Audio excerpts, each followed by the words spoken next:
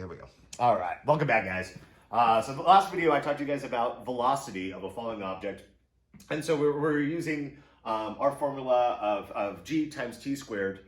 And in that, we were able to calculate exactly how fast an object is going. And remember that when we're talking about time and being squared, in this case, objects that are falling are being influenced by gravity, they're accelerating. So for every second that passes, they're going faster and faster and faster. So we saw that within those time, within the speed, based on the time allotments I put in there, or the time data I put in there.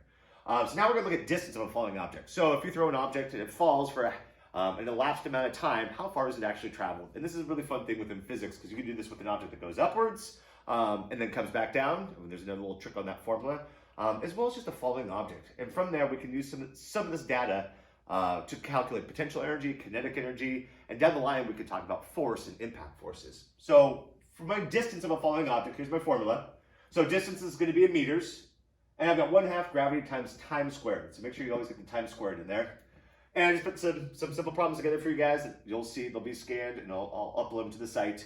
So the first one, I got 0.75 seconds. So I put my formulas together in my calculator like so. I don't do it separately. I just stick them together within parentheses, squaring on the outside, and I always get the correct answer. So in this case, I've got 1/2 of gravity times time squared. So 0.5 times 9.8 times 0.75 squared. And I come up with 2.76 meters. So after I drop an object after 3/4 of a second, it's traveled 2.76 meters.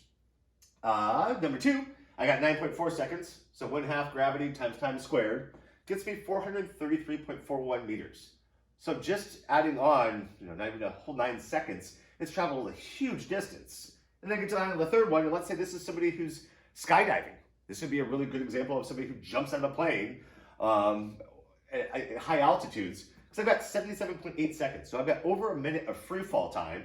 And if I take that 1/2 of gravity times 77.8 seconds squared, all have dropped 26,689.19 meters. Now, we're not going to talk so much about the influence of terminal velocity of a falling object so much yet, but without that influence, we travel 26,689 meters.